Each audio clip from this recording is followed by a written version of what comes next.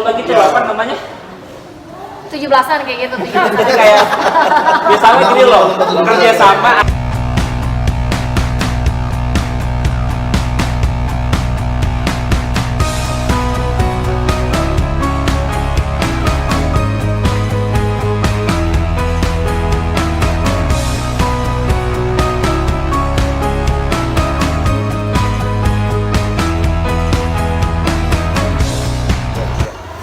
Oke, baik, kita kembali lagi di bincang diskusi untuk kita ya. Jadi hari ini adalah dengan tema harmonis sesuai dengan HRD itu. Harmonis itu ada 3. Yang pertama adalah menghargai setiap orang apapun latar belakangnya.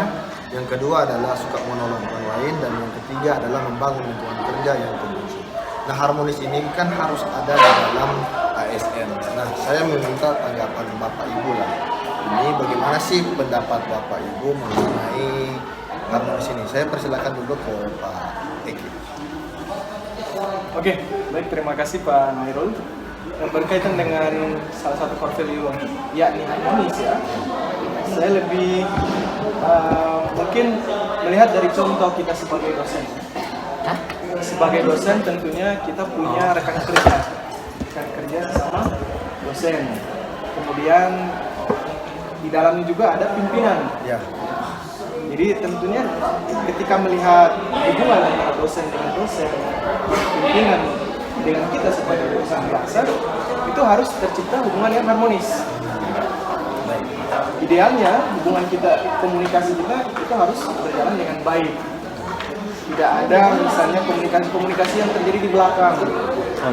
Dalam artian mungkin sesama dosen saling menjatuhkan, atau pimpinan ke dosen menjatuhkan, atau bahkan mungkin sampai ke menjatuhkan karirnya, sehingga dosen ini tidak bisa berkembang. Ya.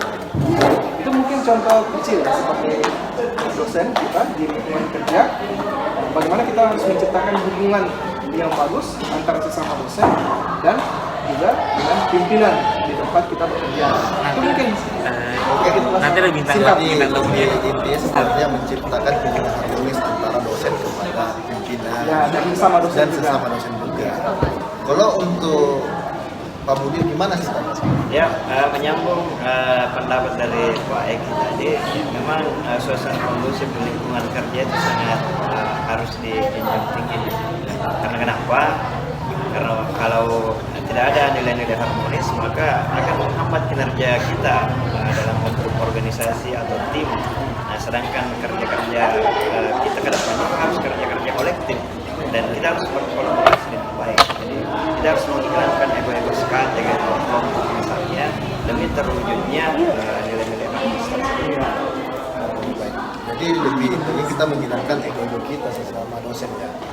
Dan untuk adanya menciptakan suatu hubungan harmonis. Nah, untuk sebenarnya ada tantangan juga ya sebenarnya dalam hal ini. Dari untuk Bu Wita gimana sih tantangannya sebenarnya untuk menghadapi tantangan harmonis di dalam lingkungan ASN? Oh ya, sebenarnya tantangannya itu kalau saya melihat harmonis, selain hubungan antar dosen, ya tadi udah disebutkan Pak Budi nih, kinerja kita tuh gimana biar harmonis. Dalam hal ini program-program kerjanya kita, gitu kan, sistem administrasinya kita harus dia berjalan secara harmonis, ya nggak sih? Kayak misalnya mungkin laporan pertanggungjawaban nggak bisa disubmit kalau misalnya ada satu pihak yang ngumpulin ngumpulin tugasnya gitu ya kan, ya sepakat ya secara kolektif. Jadi hal-hal tersebut menjadi tantangan juga nih, gimana pendistribusian tugas atau manajemen bagi tugas ini tuh bisa bekerja dengan harmonis. Nah, itu satu tantangan. Yang kedua, kalau kita bicara tentang harmonis, otomatis lawannya adalah mengatasi konflik gitu kan ya. Maksudnya konflik, gimana nih kita memanage konflik. Kalau misalnya tadi ada terjadi internal konflik itu bikin dosen atau atasan, gimana kita berbekali kemampuan percakapan emosi yang baik atau mungkin kemampuan penyelesaian masalah dengan baik agar tidak ada satu pihak yang dirugikan gitu ya. Itu yang pokoknya perlu kita bangun. Atau mungkin kita bisa lebih sering lakuin kayak capacity building, gathering gitu ya kan, buat emotional bonding dan yang lainnya. Oke, terima kasih Bu Wita. Kalau Pak Somi gimana pendapat? memang sebenarnya dalam hal membangun hubungan yang harmonis tuh masalahnya tuh sebenarnya cuma satu sih, bagaimana kita tuh how to deal with people kan.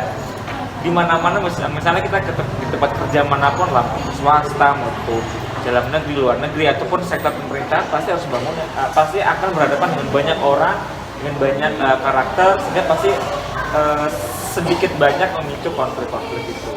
Ya, karenanya ya benar tadi apa yang dikatakan oleh Mbak Wita, untuk meminimalisir salah satunya adalah ya dengan memperbanyak catering, Iya. kan, kemudian apalagi sih biasanya itu yang kayak sporty gitu loh. Iya, Apa benar. sih? Apa sih? Jadi kayak lomba-lomba gitu loh, apa namanya? 17-an kayak gitu. Jadi kayak biasanya gini loh, kerja sama antar tim supaya tim itu menang gitu. Oh, reward. Ya capacity building sih sebenarnya, Iya. tapi istilahnya apalah. Intinya itulah. Ya, Intinya itulah. Ya, Oke. mungkin itu Pak Khairul. Oke, baik. Jadi ini tapi solusinya sebenarnya apa sih sebenarnya untuk menciptakan hubungan harmonis? Itu tadi banyak catering. Ya, Catering. memperbanyak bertemu di luar jam kerja.